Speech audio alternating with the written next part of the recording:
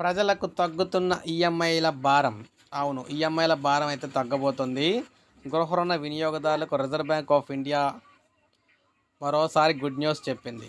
Repo రేట్ను 25 basis పాయింట్లు తగ్గించి ఇలా వడ్డీ రేట్లను తగ్గించడం ఈ ఏడాది ఇది రెండోసారి.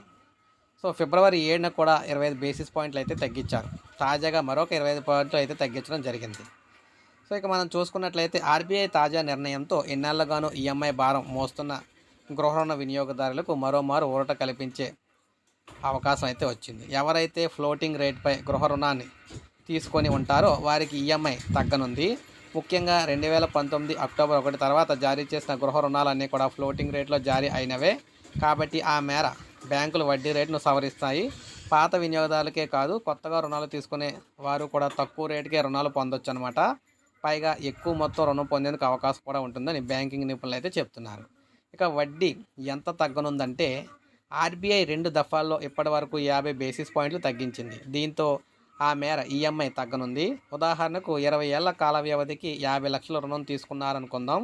అంతకుముందు ఇంతకుముందు 9% వడ్డీ అనుకుంటే నెలకు 44,986 చెల్లించాల్సి వచ్చేది. ఆర్బీఐ 2 దఫాల్లో తీసుకున్న నిర్ణయం వల్ల ఆ మొత్తం 43,391కి తగ్గనుంది.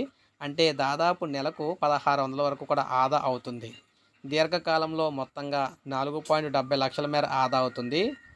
అయితే గృహ రుణం తీరడానికి ముందే సమయం ఆధారంగా మొత్తం మిగులు అక్కడ ఆధారపడి ఉంటుందన్నమాట. అయితే రుణగ్రహీతలు ఏం చేయాలంటే ఆర్బీఐ తీసుకున్న నిర్ణయాన్ని బ్యాంకులు ఎంత మేర అమలు చేసి వినియోగదారులకు ప్రయోజనాన్ని బదిలీ చేయడంపై ఈ ఊరట ఆధారపడి ఉంటుంది. ఎక్స్టర్నల్ బెంచ్ మార్క్ లెండింగ్ రేట్పై తీసుకున్న రుణాలను బ్యాంకులు వెంటనే సవరించాల్సి ఉంటుంది. 3 నెలలకు ఒకసారి సమీక్షించి నిర్ణయం తీసుకోవాల్సి ఉంటుందని ఆర్బీఐ అయితే నిబంధనలు చెబుతూ ఉన్నాయి. ఒకవేళ ఫిబ్రవరి నెల ప్రయోజనాన్ని ఇప్పటికీ బ్యాంకులు తగ్గించకపోతే మే నెల నుంచి అమల్లోకి వచ్చే అవకాశం ఉందని బ్యాంకింగ్ నిపుణులు అయితే చెబుతున్నారు.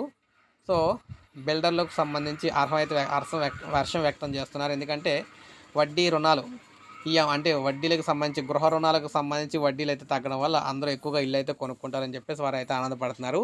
అయితే ఎవరైతే ఇప్పుడు ప్రజెంట్ గతంలో హోమ్ లోన్ తీసుకుని ఉంటారో వారికి 1,600 వరకు తగ్గే అవకాశం ఉంది. అదేవిధంగా కొత్తగా ఎవరైతే హోమ్ లోన్ తీసుకుంటారో వారికి తక్కువ ఇంట్రెస్ట్కి అయితే లోన్ అయితే దొరుకుతుందన్నమాట. సో ఇది మనకి తాజా సమాచారం. అందుకే గృహ రుణాలకు సంబంధించి ఈఎంఐలు అయితే భారీగా తగ్గబోతున్నాయి. సో ఇది అప్డేట్. ఒక లైక్ చేయండి, సబ్స్క్రైబ్ చేసుకోండి, మన ఛానల్ సబ్స్క్రైబ్ చేసుకుని